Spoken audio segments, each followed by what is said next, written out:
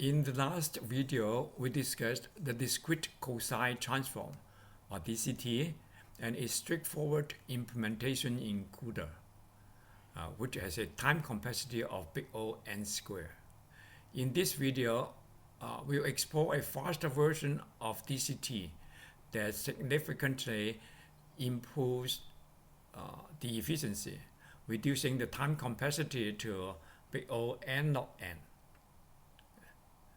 To begin, let's first review the fundamental principle of DCT, discrete cosine transform. This figure illustrates how samples of Fij in the spatial domain are transformed into FUVs in the frequency domain using DCT. Also, the inverse DCT, IDCT, allows us to transform the FUVs back to the Fijs. Now, this is the formula of DCT that we discussed last time. So it transforms the samples Fij into FUVs, as shown in this figure.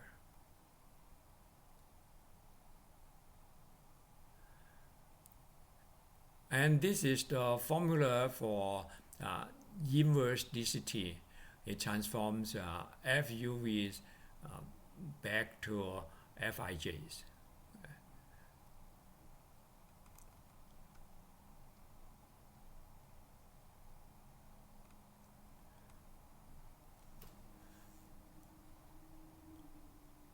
As we discussed before, image data are divided into macro blocks, which are typically regions of 16 times 16 or 8 times 8 samples.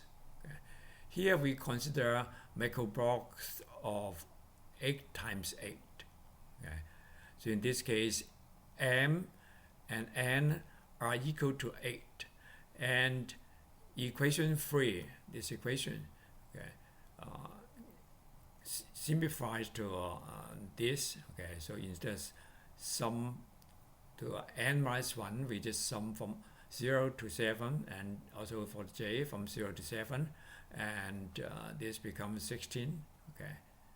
And we have this constant AU/AV given by this. And we also discussed before that FUV, this can be written in this form. So we have two summations.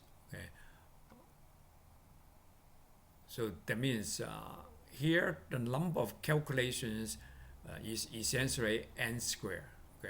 N is 7 here. We have two summation loops.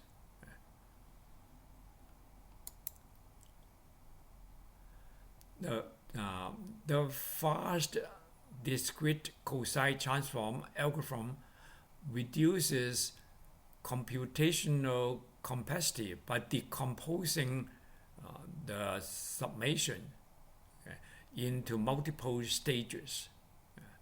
And this approach lowers the number of calculations from n squared to n log n. This is similar to the fast Fourier transform, FFT. By factorizing the computation, the fast DCT achieves a greater efficiency, making it well suited for applications like image and audio compression or processing. So let's rewrite this formula FUV, which is here, the DCT transform. Now we can express this using this symbol, suppose we define yk, suppose we write it in this form: fuv equals auav sum over I from 0 to 7, and then this is fuv fiv bar, okay, times cosine 2i plus 1 u pi. So we put this together and call that u f iv bar, okay, which is given by this formula. Okay, basically this term, okay, okay, sum from j equals 0 to 7 fij cosine 2j plus 1 v pi 16, this term. Okay, and suppose we let xi to be fij, okay, and yv to be fiv bar. Okay, then this equation, okay, can be expressed like this. Okay, fij, okay, is xj, okay, and yk, this v becomes k, so this is k pi, okay, this is v pi k pi, this is still 16, okay, so k is 0 to 7, 0, 1 to 7, okay, so this equation can be written like this, okay. And now suppose we let pi over 16, we have pi over 16 here, we let it to be theta, okay, then we can list all the coefficients of ik, okay, k equals 0, 1, 2, 3, up to 7, okay, in a table like this. Okay. So it say y0, okay, that means k equals 0, okay, would be equal to x0, okay, times cosine, because k is 0, this becomes 1, okay, so that means this is 1 times xj, okay, we call this the coefficients, okay, so therefore all x, okay, for all the j, different j's, is always 1 because k equals 0, so that's why I have 1, 1, 1, 1 here, okay, and then when k equals 1, then this will be pi over 16, 1 times pi over 16, that's cosine 1 theta, and we have substitute this j equals 0 to it, so that means it is 1, okay, and then when j equals 1, okay, correspond to x1, okay, we substitute that in, so we get cosine 3 theta, okay, because this is 3, okay, and so on. So we substitute the corresponding k and j in, so we get all this, okay, and for each of this yk, okay, it is the sum of all these x times these coefficients, okay. And also we can make some simplifications, okay, because theta is pi over 16, so that means 16 times theta is pi, okay. Also we have this trigonometry identities, cosine pi minus alpha equals minus cosine pi, and cosine 2 pi minus alpha equals cosine alpha. So using these formulas, we can reduce cosine n theta to a form of plus or minus cosine k theta with k smaller than or equal to 7. Okay. For example, like cosine 9 theta is equal to cosine 16 theta minus 7 theta equals pi minus 7 theta, okay, that equals minus cosine 7 theta. Okay, here we have this n could be 44 or 52, but all this could be reduced to values within 0 and 7. Okay, or so here's another example: cosine 35 theta is cosine 32 theta plus 3 theta. So this cosine 2 pi plus 3 theta, so the equal is cosine 3 theta. Okay, sorry, right parenthesis is missing here. And suppose we let CS to be cosine, okay, so instead of writing the COS, we just write CS, okay. Then we can tabulate this, okay, into this, okay. This table can be reduced to this table, okay. And there are some symmetries here. We can see that, okay. So if y0 is basically x0 plus x7, okay, plus, and then x1 plus x6, x2 plus x5, x3 plus x4, okay. And for y2, okay, so we have x0, this is cosine 2 theta, so that means x0 plus x7 times cosine 2 theta, or C2 here, okay. C2 is cosine 2 theta. And then we have cosine 6 theta here, so that means we have x1 plus x2, 6, okay, C6. And then we have minus, okay, cosine 6 theta, okay, minus cosine 6 theta, so we will take the minus out, so it becomes x2 plus x5, C6 times C6, and then minus, so this is also minus, okay, and then cosine 2 theta, so we take this out, C2. So we have minus and plus, okay. And so for y2, we also have, or y1, sorry, we also have this minus, okay, minus, okay. So we can continue this process recursively. First time, okay, with I plus j equals 7, and we group this xi, xj together like this. I plus j equals 7, we call it xi dash. Or sometimes we can have a minus term, okay, here, this cosine 1 theta, this minus cosine 1 theta. So, and then we call the minus to be xi, xj dash, okay, again, I plus j equals 7. Okay. And then in the second iteration, okay, we group this term, okay, say this term with this term, okay. That means this, like here we have C2, we group these two terms together, but this is minus and this is plus. So again, we have plus or minus. So in the second iteration, I plus j would be equal to 3. Okay. So that means this term and this term. Okay. So we group these two terms together. Okay. So we can do this recursively.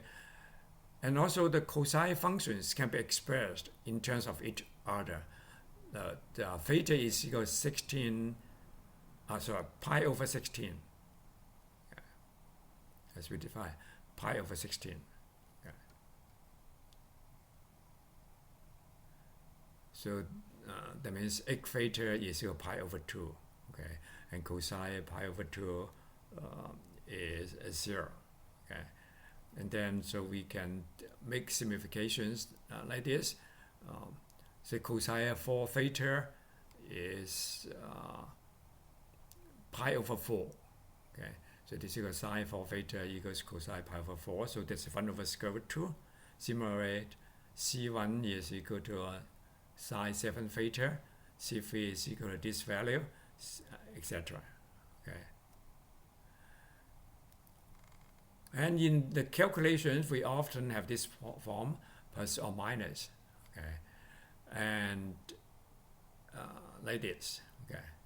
So C equals A plus B, D equals A minus B, okay, in this form. And this can be represented by a full graph, like this. Okay, these are the nodes. On the left side, these are the inputs, and these are the outputs on the right side. Okay, and the weight on an edge, okay, is labeled. If it is not labeled, the default value is 1. Okay, that means so to get this value, see the output. Okay, we have this value, okay, and this value multiplied by the ways of the edges. Okay, so here that means C is equal to A plus B because the ways are just 1. Okay, and D in this case is equal to A minus B because it is negative 1.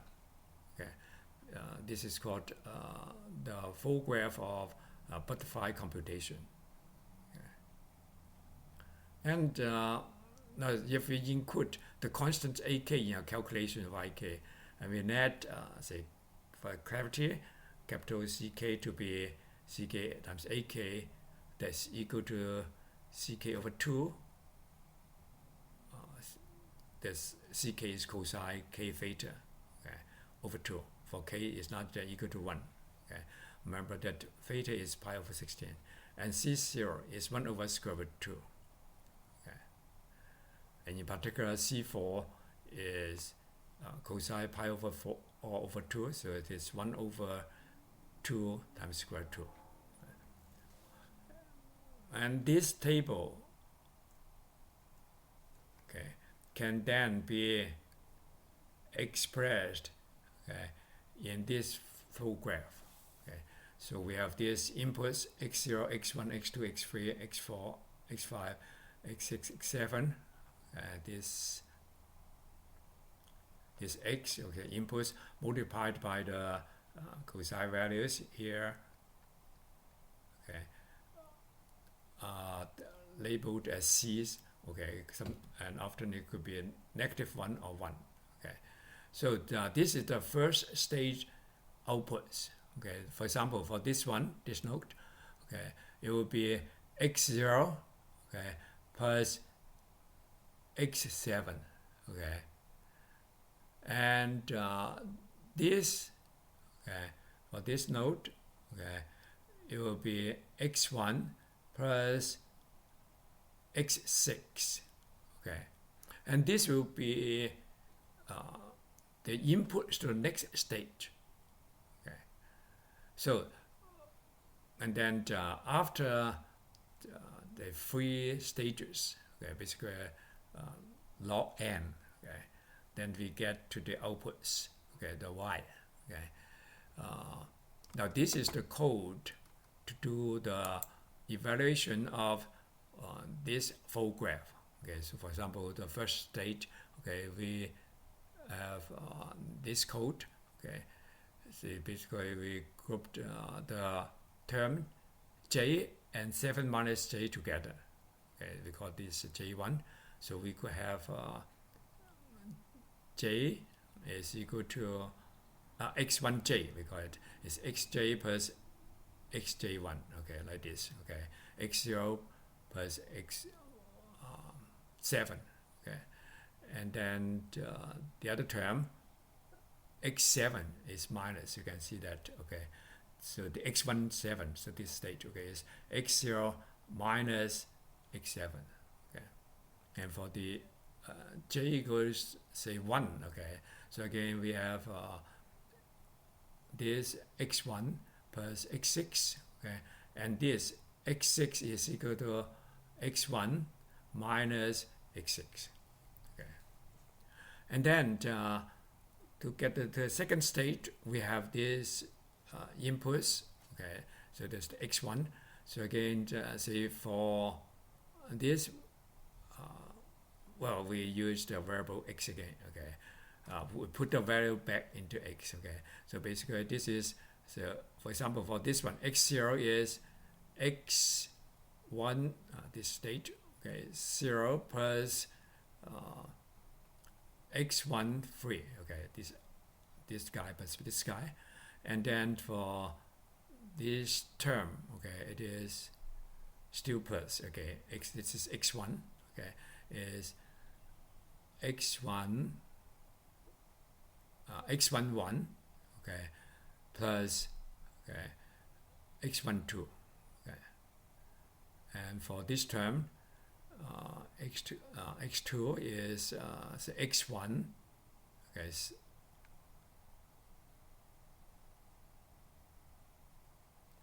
x11, okay,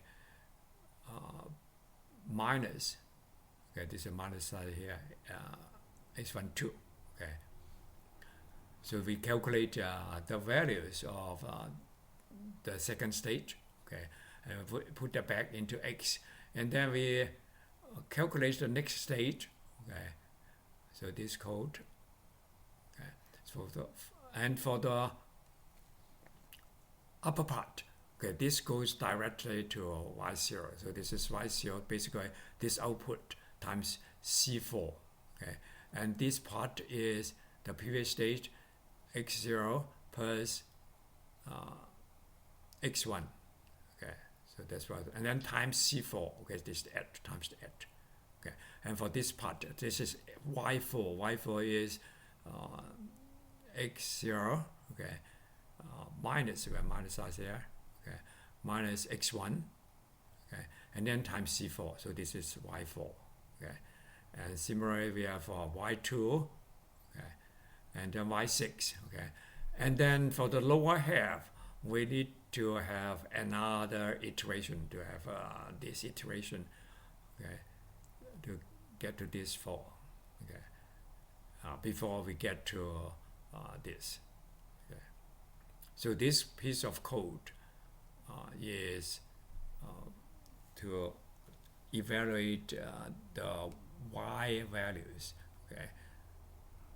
And here you can see that, okay, we, instead of going through another n stages, we just need log n stages.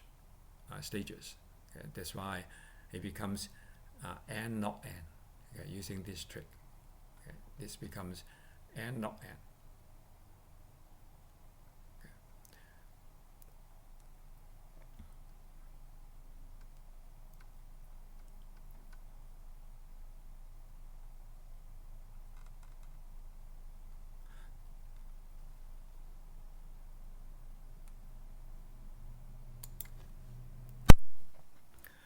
Note that the x0 to x7 here corresponds to one row of the samples. Okay, as shown in this diagram, one row, okay, is x0 to x7. Okay, this row will have another set of x0 to x7. Okay. And here we have to run the J to scan one row. So in this formula, okay, so xj is fij, okay, so you scan the J, okay, to obtain the FIV bar, okay, and you can see that we also need to run the I, okay, that correspond to scan one column, okay. And I and J are actually symmetric, okay. So that means the operations for columns, okay, are the same as those on rows, okay.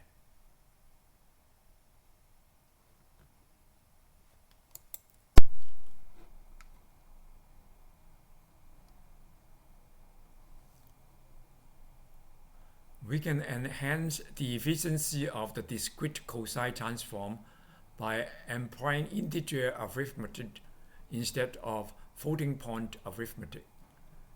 Integer operations are generally faster than floating point operations on modern hardware.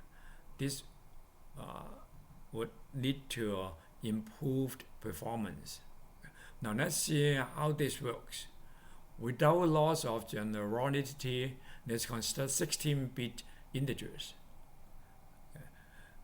Now, for example, 2.75, suppose we call it x, okay, is equal to 2 to the 1 plus 2 to the negative 1 plus 2 to the negative 2.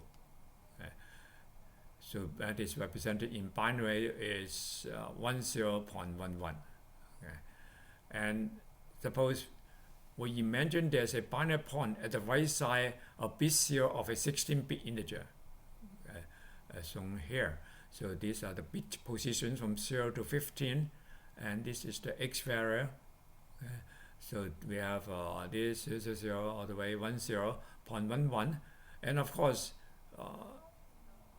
we have not included this 1 in our integer representation here.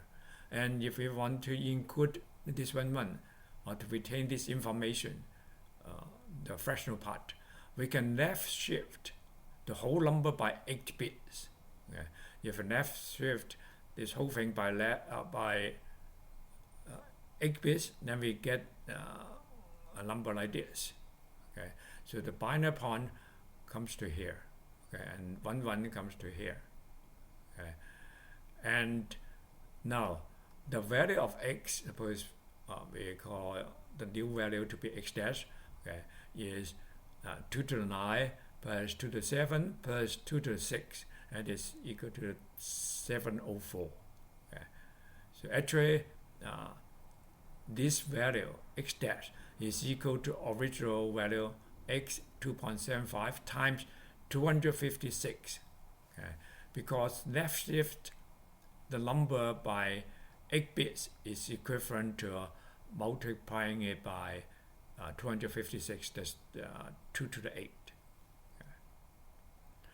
Now, when we have x dash, if we right shift x dash by 8 bits, then this 1 will be shifted out and we get 2, effectively truncating the number.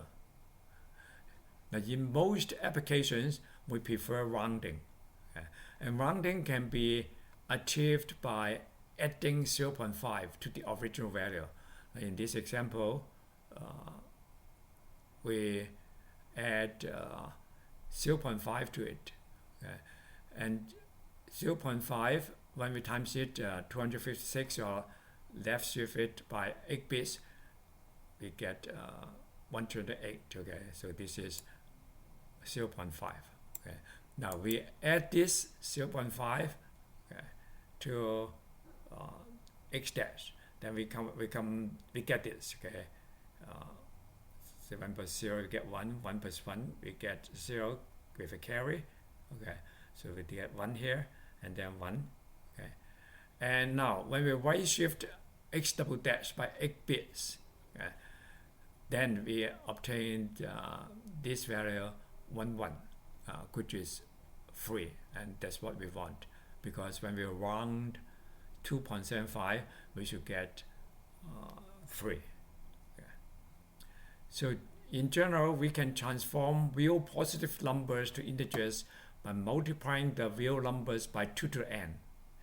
And rounding effect is achieved by adding the value 2 to the n minus 1 to the results before shifting them right n bits. Now this is the C++ implementation of the fast DCT using integer arithmetic. So in this program, we assume 32-bit integer arithmetic.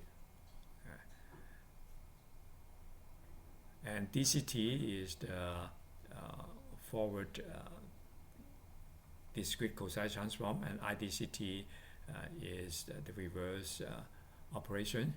Okay, and x is the input here.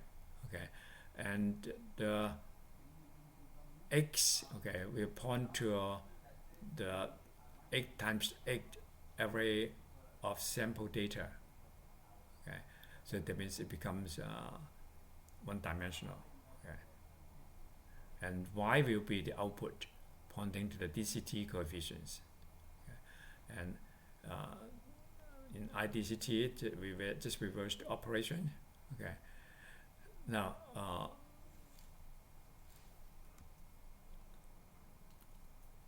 so this is the code.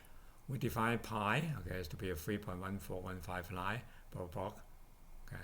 And define the constant shift to be 10. We shift the floating point numbers left by 10 to get an integer. So basically we have 10 bits precision for fixed point arithmetic. And sometimes you may need to multiply two floating point numbers. Okay. So that means we need to shift it twice. So we define another constant, shift 1, to be 2 times shift. So there's basically 20 here. Okay. And shift a number is equivalent to multiply the number by tangent 4, okay, or one shifted left.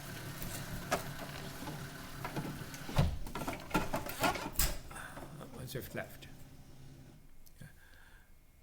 So there's a and then delta is equivalent to 0.5 for rounding, with left shifted by say 9 bits here. Okay. Which is equivalent to multiplying 0.5 by 2 to 10, that's tangent 4. And then another delta 1, okay, that's shifted by shift 1 minus 1, that's 19 bits, okay, again for final rounding adjustment. That's basically 0.5 times 2 to 20. Okay. And then the, constant A, pi over 16 is the angle theta. Okay. So this constant C0 to C7, okay, this constant C constants, okay, or the C, except that we use lowercase in the program. Okay, just for convenience of typing. Okay. So there are the C's here. Okay, the C's here.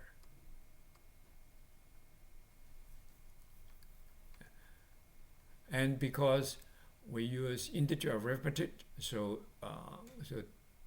originally the Ci's are floating point numbers, real numbers. So to change the integer, so we multiply this, each of them by fact. Okay, that's equivalent to shifting them left by 10 bits. Okay? We do that for all the constants, so that they become integers. Okay. And here's the program. Okay. Now let's copy this one, okay, and try it.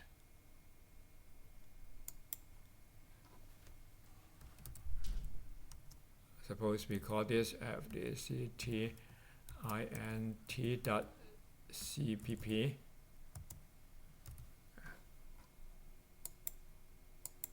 Paste it.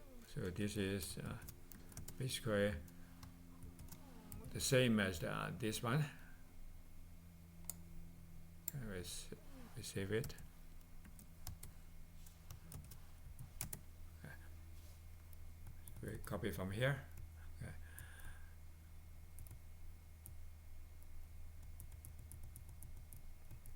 So in the DCT, we define these variables I, j, j1k, x0, x1, and we save the results in this array, two-dimensional array M, 8 times 8. Okay. And so this part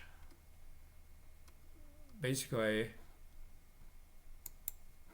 the same as this part. Okay. And we do the row transform first. Okay. And because now x is one-dimensional array, so we scan this row by row. So that means in the first row is from say 0 to 8. Okay. And next time we have to increment it by 8. Okay, for the next one when I equals 1. Okay. So we basically do this, okay, row by row. Okay.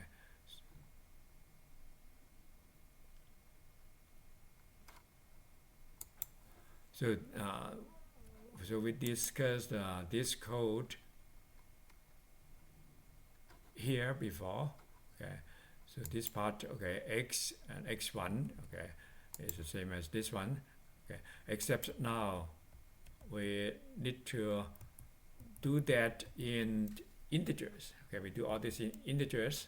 Okay, and all this, okay, has been shifted. Okay, the C0, all this, okay, defined here. Okay, by multiplying the real number, okay, by the fact. Okay.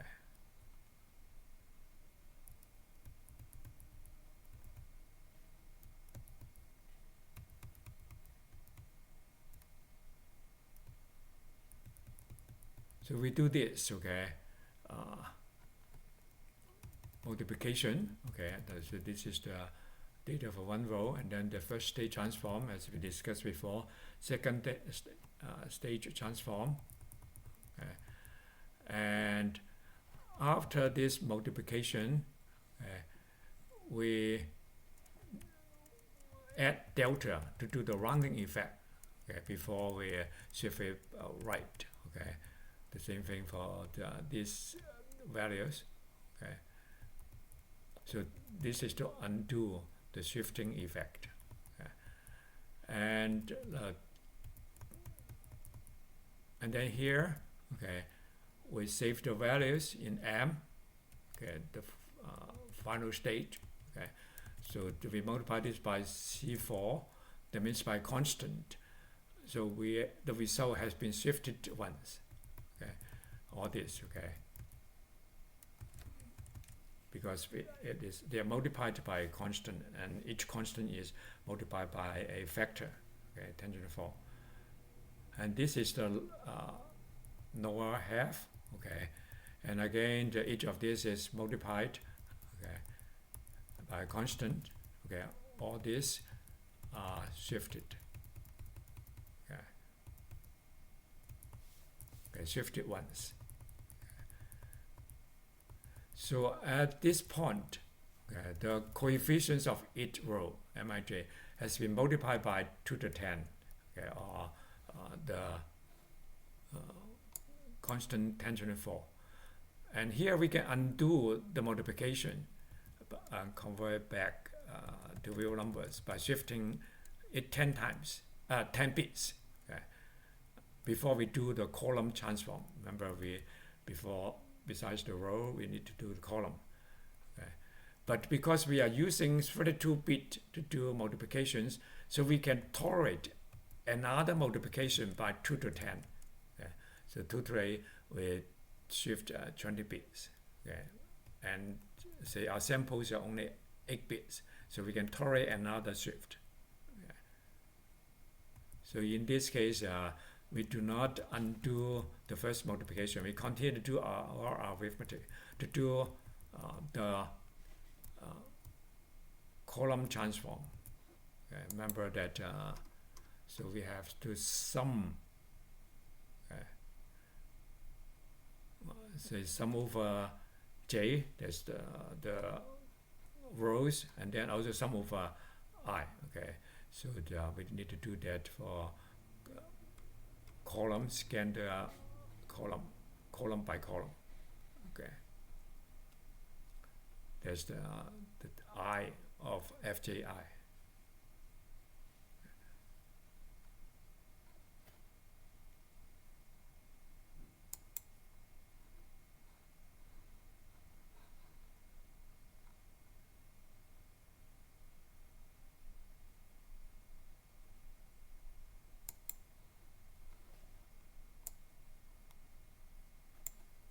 So this is the column transform. Basically, the operations are the same as the row transform.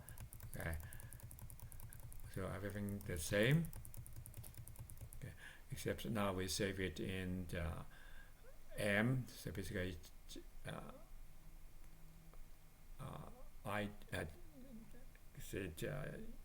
UI, for example. Okay. Before we save it in this way. I, and then the corresponding J.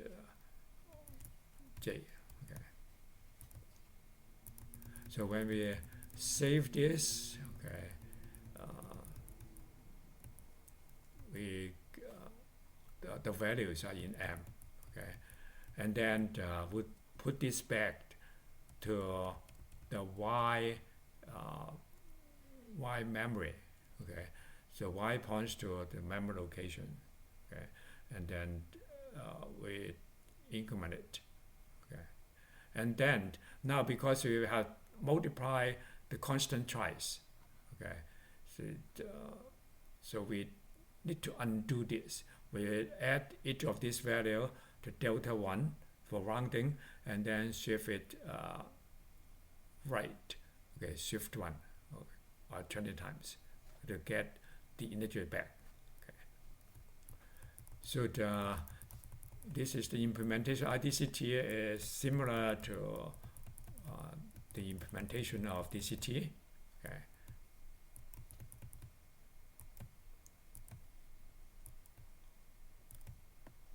And this is the main. So x, y, yeah, 64. We use a one-dimensional array, okay, to contain all the data. These are the sample data. We just try using just a random formula 3 times I times j plus 1. Okay, so we first print out the original data, do the transform. So the data will be in y. So we print it out. Okay, so this is the print block, nothing special. Okay. So we print it out. The DCT coefficients, and then we clear x, okay, and then perform the IDCT, okay, and then we print out the recovered sample values, okay, and see what we get. Okay. So this is a program, okay, pretty straightforward. Now let's compile this. J++ FDCT. Just make simple, and then this is execution. Now you can see that so these are the original data 1, 2, 3, 4, 5, 6, 7, 8, and so on, and these are the DCT coefficients. Okay, the values after DCT transformation using fast DCT. Okay. And these are the data recovered by IDCT. So basically they are the same as this, but here we have 2 instead of 1, okay, because of the rounding error. Okay.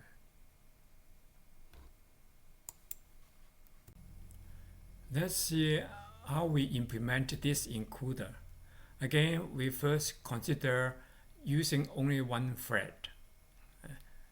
This involved making minor modifications to the existing C++ program. Okay. So we can define the kernel using the keyword global, okay, and we also need to pass in the constants C, okay, that we defined here. Divide here, okay, in the C++ program. Okay. And for convenience of coding, we just also named the constants to be the same as we used in C++. So we call them C0, C1, C2, blah, blah. And then assign C0 to be C square bracket 0, okay, the one that we pass in, okay, so that we don't need to change other codes. Okay. The same for the IDCT function. Okay. And so again we define the constant at the beginning of the program, and then put that into the array in the main. Okay. And as usual, we define so the arrays to hold the samples. okay, that are to be passed to the kernel functions. Okay, and we use this to allocate the memory, okay, CUDA memory, okay, and then copy the data to the device, okay, and then we define the grid and block dimensions. But here we'll use one block, one thread, so actually we can put these parameters in the function here, okay, in the core here. Okay. And then after that we copy the result back. Okay, we use CUDA device synchronize to ensure that if the kernel finish processing all the data before exiting. Okay. And then we copy that back. Okay. And then we test the IDCT in the same way. Okay. Copy the result back, and at the end we free the memory. Okay. Now let's try. Okay, start from the C++ program. Okay, so we copy our C++ program that we just discussed. We call this to be say FDC INT 1. 1 means one thread with extension CU. Okay, and make the modifications accordingly. Here this should be 1 CU. Okay. I omit making changes in the comments. Okay, and this would be the same. All this is the same. We just need to add the keyword global. Oh, sorry.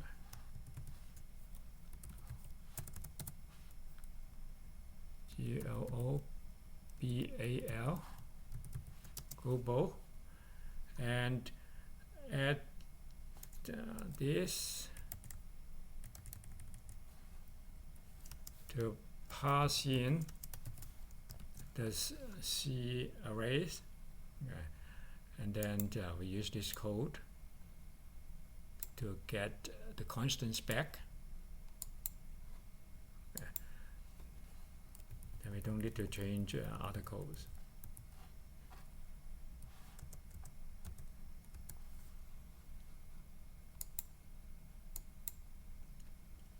Okay, save this. The same for the IDCT.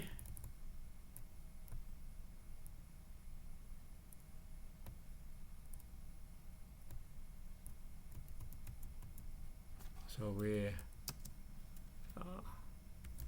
pass in the C array. Okay. And don't forget the keyword global.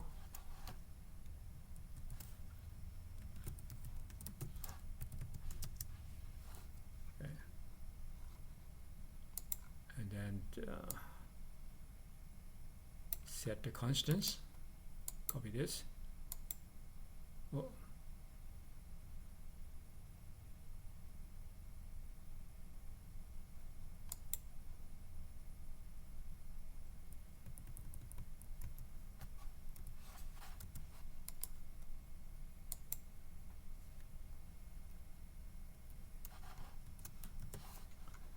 And for the main, we just need to add this statement.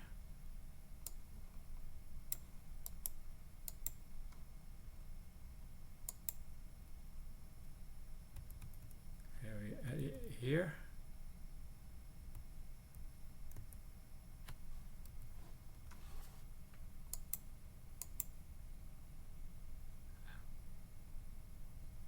And also the all this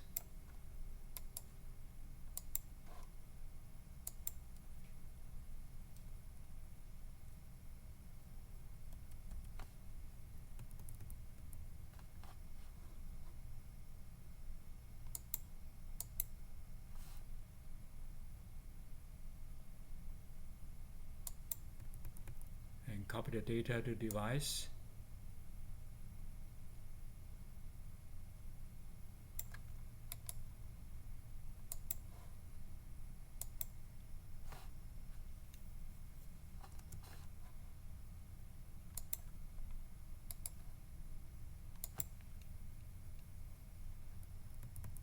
Okay, and then the DCT here becomes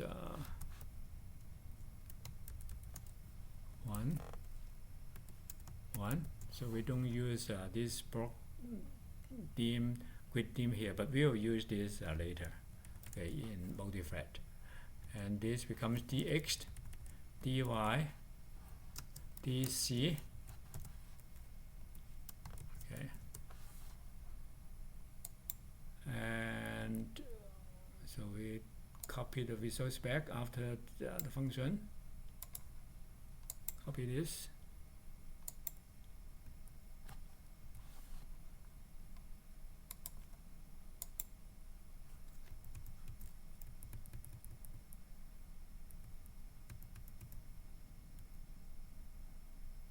Okay, copy it back. Okay, and print it out. Okay, and we do the IDCT in the same way. 1, 1. dy, dx, dc.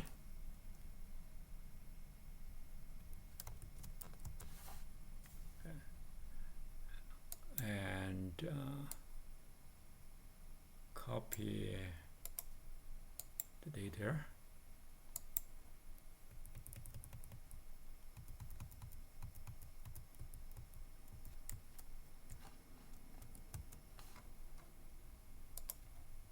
Copy this, okay. And then finally free the memory. Okay. So these are the modifications that we need to make. Okay. And now let's compile this.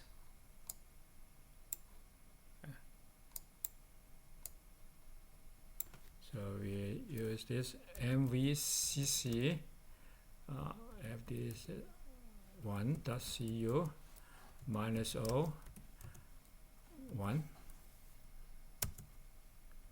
But let's see what are the errors. 2x3. 2x3.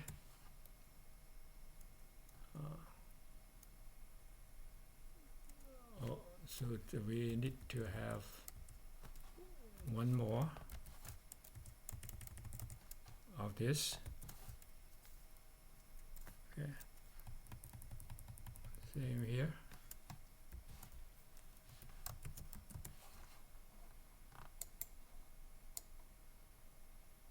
Okay, now let's try again.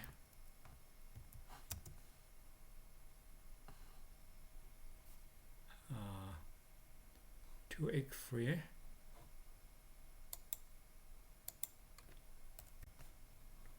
We still have some typo errors. Okay. So there's 2x3. 2x3.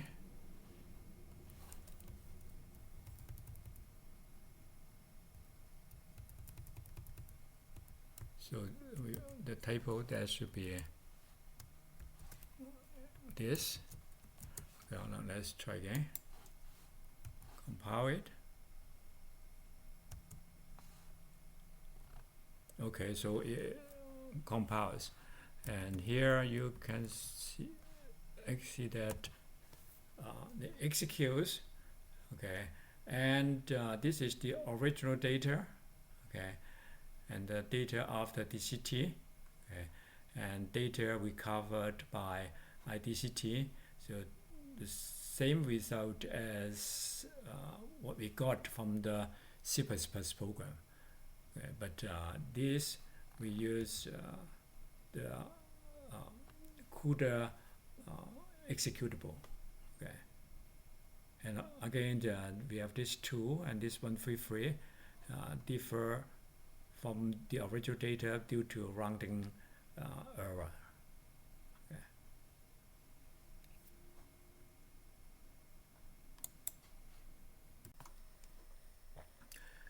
Now let's see how we do this using multi-threads.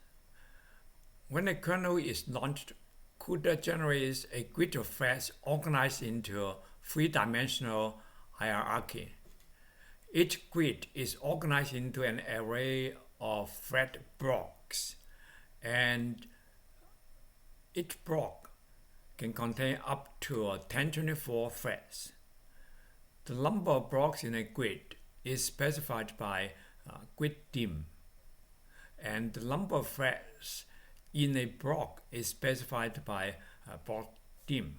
Okay. And the thread within a block is specified by thread IDX.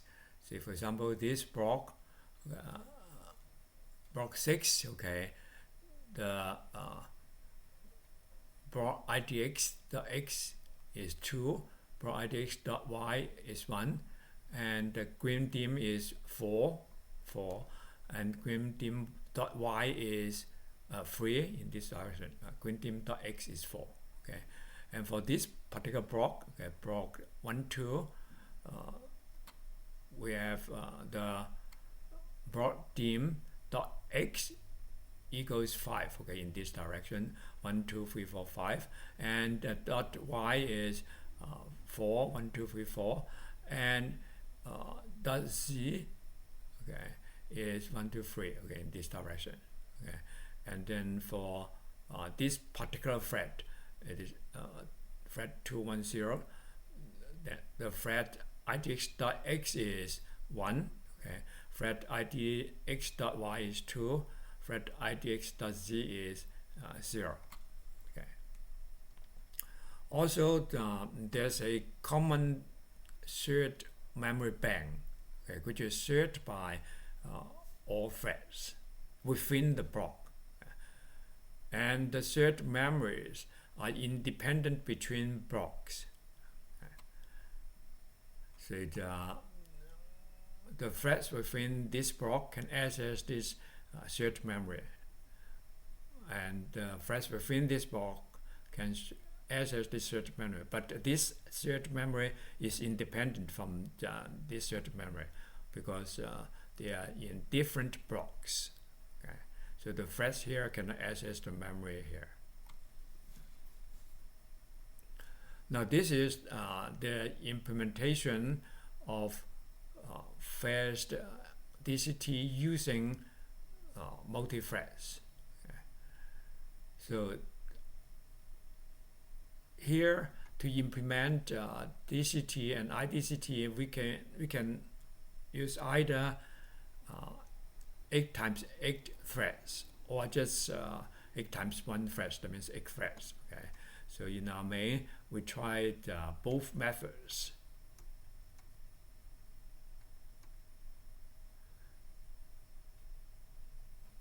So we defined block dim, okay, to be 8 times 8, okay, and we use this in DCT. Okay, so that means in DCT we use 64 threads. On the other hand, for IDCT, okay, we use 8 times 1 threads. Okay, we only use 8 threads, and we want to compare the differences between them, the performance. Okay.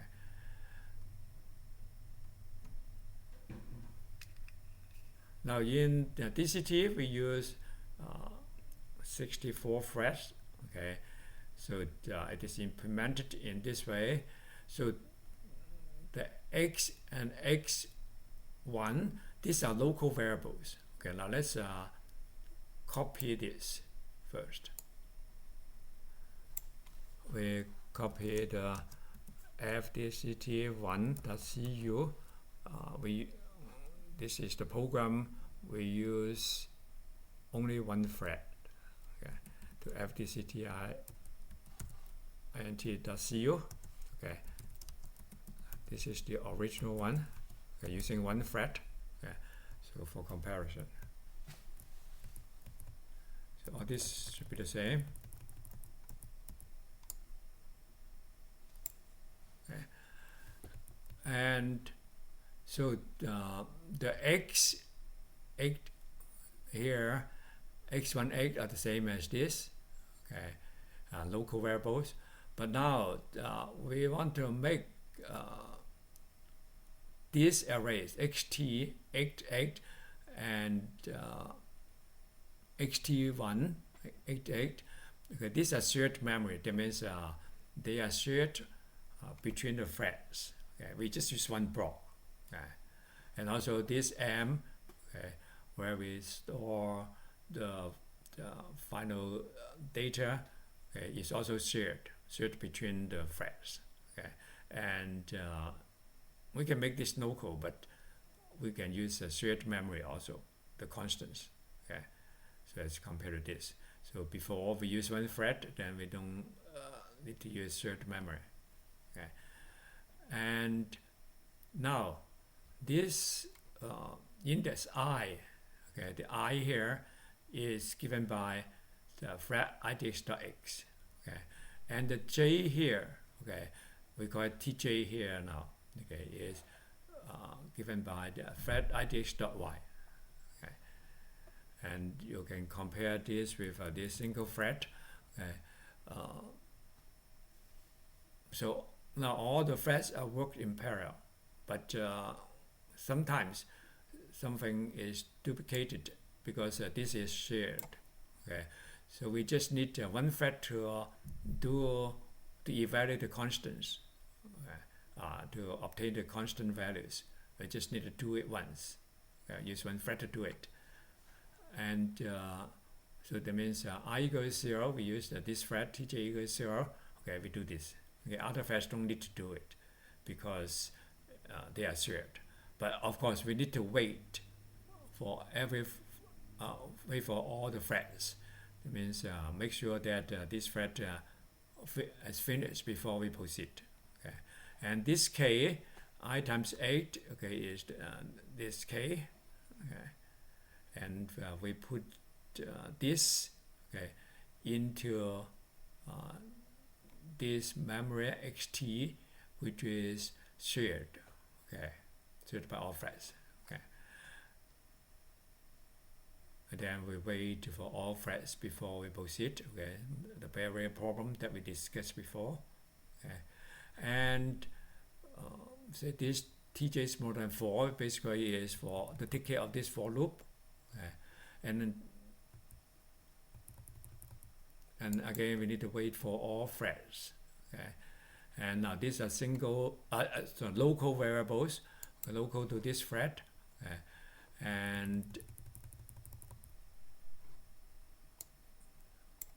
and then the operations are similar, except that we save that in the shared memory. Okay, for these values. Okay, all these are shared memory, so we save them. So the code for others are basically a translation from this to this. Okay, so we have multiple threads to do all this in parallel. Okay, and then for some part, okay, we just need to use one thread to do this. If tj equals 0, okay, then we do this. Okay, so this is the implementation of the DCT. At the end, we put this in y. Okay, and also undo the rounding. Okay, and this is IDCT. Okay, now we just use egg threads to do it. Okay, so we don't need tj. Okay, so this is the original IDCT. So because we use egg threads, okay, so we need to retain this for loop, okay, for the j, okay, and also we have this for loop, okay, and say this for loop the j, okay, because we don't have tj now, okay. So this is the method of using only 8 threads to do it instead of 64 threads. Okay, and this is the usual data declaration. Okay, for the device DXD device DC. Okay, the size is 8 times 8 size of in. Okay, and also for the C coefficients is 8 times size of in, and then we allocate the memory, copy that to the device, copy the data to the device. Okay, so we try this data. Okay, sample data, and so there's the DCT. Okay, and then we call the IDCT to recover the data. Okay, so now let's copy this and we paste what we had.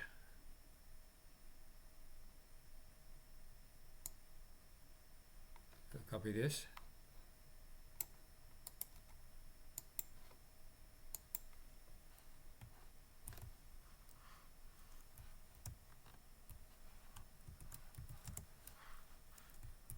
So now this becomes this.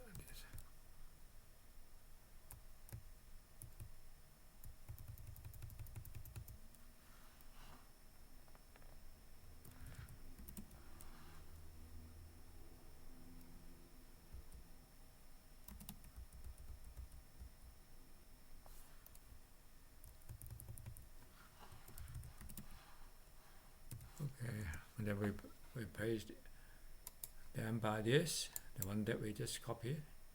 What?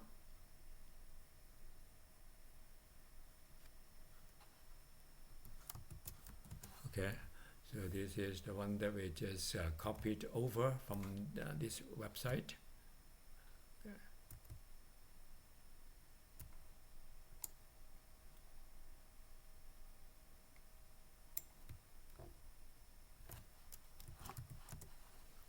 Okay, so this is the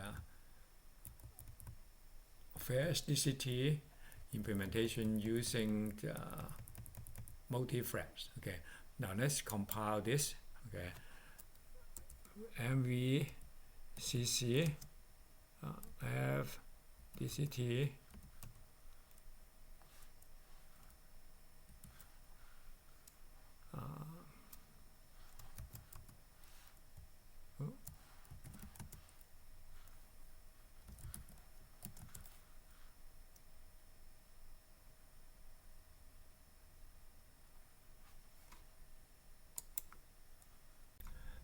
let's compile this.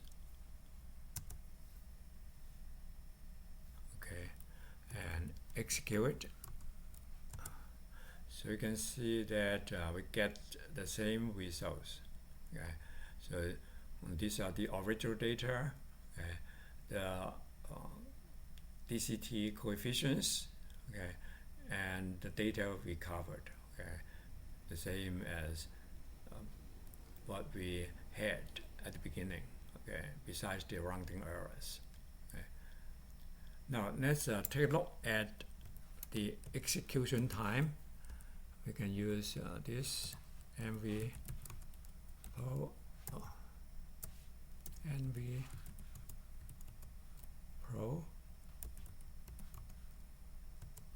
Okay. And so this is the IDCT, and this is the DCT. Okay. So you can see that for IDCT, the time it takes is 5.6 microseconds, and for DCT 5.3. So there's not a big difference between IDCT and DCT. Okay. Even though IDCT uses only 8 threads and DCT uses 64 threads. Okay. That's because of the structure of the program. Okay. So in this case, they are more or less the same. Okay. And now we can compare this with the one using one thread. Okay, and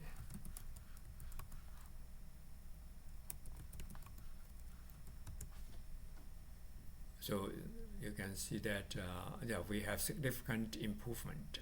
Okay, a factor of 3. Okay, and we can also compare this with the DCT we discussed last time, the regular DCT.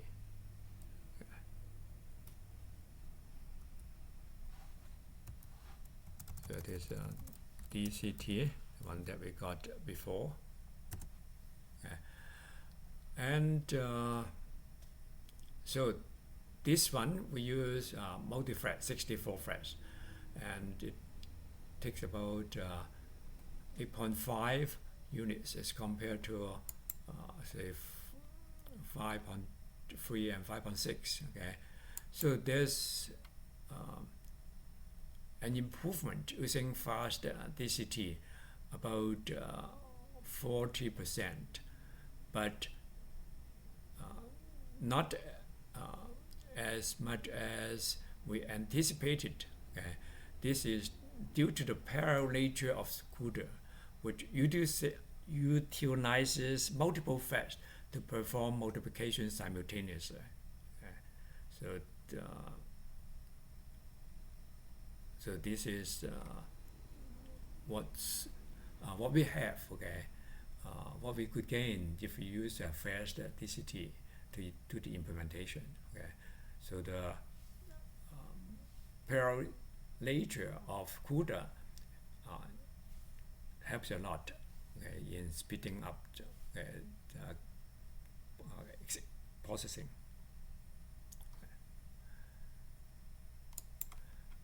So this is what we want to discuss today. So if you feel that this video is helpful to you, please give it a like. Okay?